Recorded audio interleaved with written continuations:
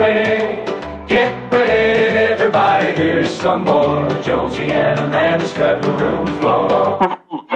You like to go for an evening stroll? This is what's an interesting thing, what I've been reading about. Lots of people like to have an evening stroll. You people see people out walking their dogs and After things. dinner, just strolling along. Yeah. Well, there's an influencer who has said exactly what it is. It's a fart walk. This is where you have a walk after dinner to just get your digestive juices going and get the farts out. So a fart walk is apparently a 10, 20-minute stroll at a moderate pace after your evening meal to aid digestion. The influencer, a wellness influencer, Marilyn Smith, posted about fart walks, and lots of people are now doing them.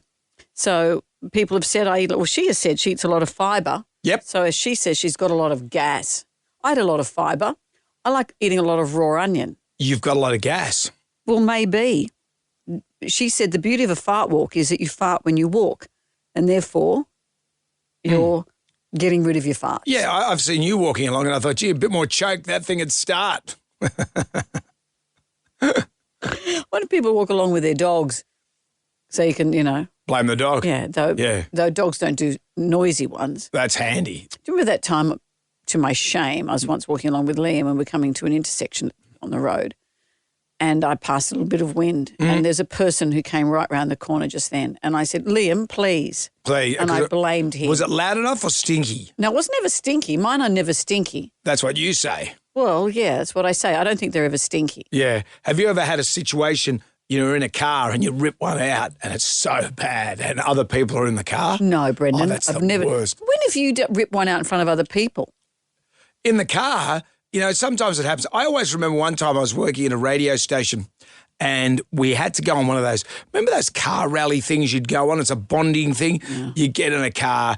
I'd throw up with and you got to go and nauseous. Get some clues and then, awful. So I had this hangover from hell. I'd drunk about 50,000 VBs the night before. Anyone that knows anything about VB, you drink a lot of the green can and it can really play havoc with the gas in your guts. So we're in this car, and I'm in a car with people I don't know, and we're driving along, and my guts are just roiling. And it wasn't poo-poo guts. It was just, I just got to let out a big one. And I knew that I could control it to a silent but deadly. But the deadly part I was worried about. Well, you think you can do the silent. You never know until it's happening. No, because to do a silent, what you do is you lift your chair and you just grab one hand on your cheek. As if they wouldn't see you doing that. I was in the back seat. As if they wouldn't see you. No, what you do you do this? No, I've never done that. Whatever you don't rip your cheek open a bit so it opens up the area. No. So it just comes out silent. And like works. a John Pertwee. It works every time. I could do it now. If I needed to, I could go. I do it all the time in the studio. Do you? Yeah, but I don't drink VB anymore. So when you're at work. Yeah. And so you did a big stinker. So what? No, what? I couldn't. I thought this is going to smell like hell, and I knew. We're recording this. Yeah, I knew. I was working in Wollongong at the time, and the Port Kembla Steelworks. I could see them in the distance, or about 5 k's from the Port Kembla Steelworks, and I said maybe the clues that we need are near the steelworks. Come on. So maybe the clue's in my bum. the guy driving the car said, well, do you think so? But the clue clearly is pointing us towards Kiama Beach. I said, yeah, but maybe no steelworks. Do you not see? And they went, actually, yeah, there is a beach at Port Kembla. Have you ever been to the beach at Port Kembla? Let's just get to the story. It's quite amazing. You look out to beautiful water, this azure water, and then you turn around and you're facing 180 degrees, this giant, horrible-looking steelworks. And what about your bottom? So anyway, I've convinced them to go 5 k's out of their way to Port Kembla. And because of the steelworks when I was operating at the time, that lets out a great deal of sulphur and stuff from smelting steel. So as we got in there... You smelted it, delted it. And I got a whiff of the sulphur, so I've just done the old...